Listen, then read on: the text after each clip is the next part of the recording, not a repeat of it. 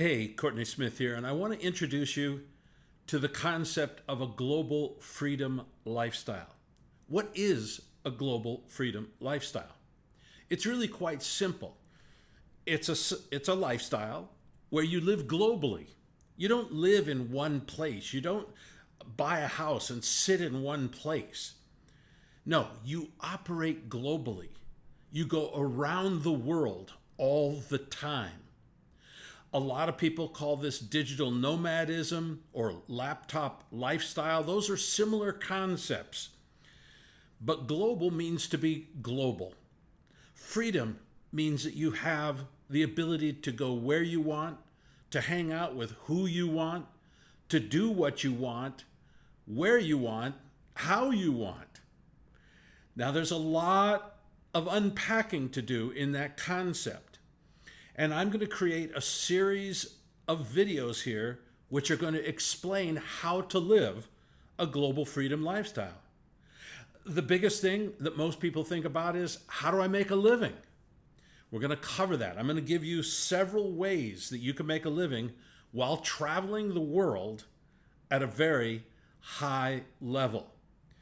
I'm going to be very practical in this series of videos. They're going to be periodic. They're going to be whenever I feel like doing them, okay?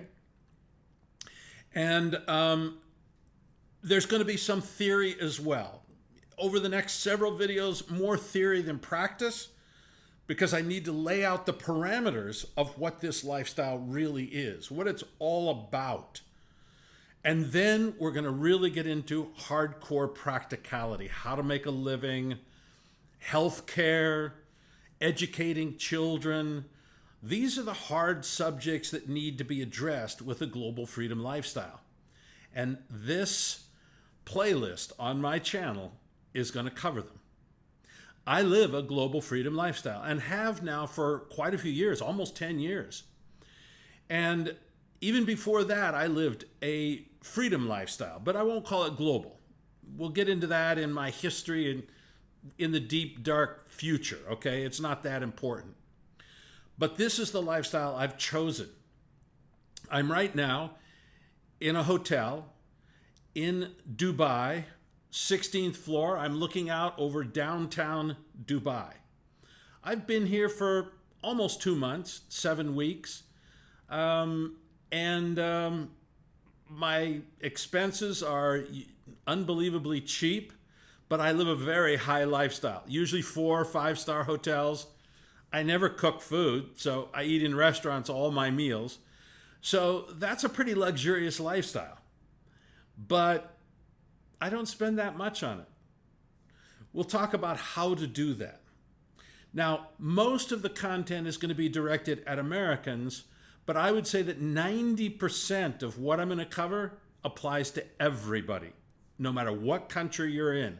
Canada, Europe, Australia, doesn't matter, Singapore, doesn't matter where you are, 90% of the material will cover you all. The place where it's a little bit different, taxes. Taxes in the United States are unique because they tax people on their worldwide income, and I think there's only one, maybe 2 other countries that do that, okay? Every other country only taxes you on the income you earn in your own country. So that's the one area where things are a little bit different for an American compared to other people. I've lived overseas now for almost 20 years. First, rented an apartment like most people did. I lived in London, I lived in Geneva, I lived in Singapore. Loved them all. But I like my lifestyle better now. This is not a lifestyle for everybody. I'm not going to try to persuade you to do it. I'm going to expose you to the facts, and you can determine whether or not this is a lifestyle that you should do. A lot of people don't want to live in hotels. A lot of people like to cook. So I get it, but I'll show you how to do that too if you want to live in a normal type of a house and cook and send your kids to school. I'll show you how to do that as well. But there's still things that people don't like. I'm going to actually talk about that in my next video of having to be flexible in your mind. So I want to welcome you to this series. This is going to be a unique series that nobody's ever done before. So you're going to find a lot of unique, hardcore information. You're also going to get hardcore theory, but not very much of that. I'm going to do a video on the history of this concept. It goes back to the 1970s, and I'm going to talk about the basic principles. So really, I've got 2 videos coming up about the theory, and then after that, it's all practice.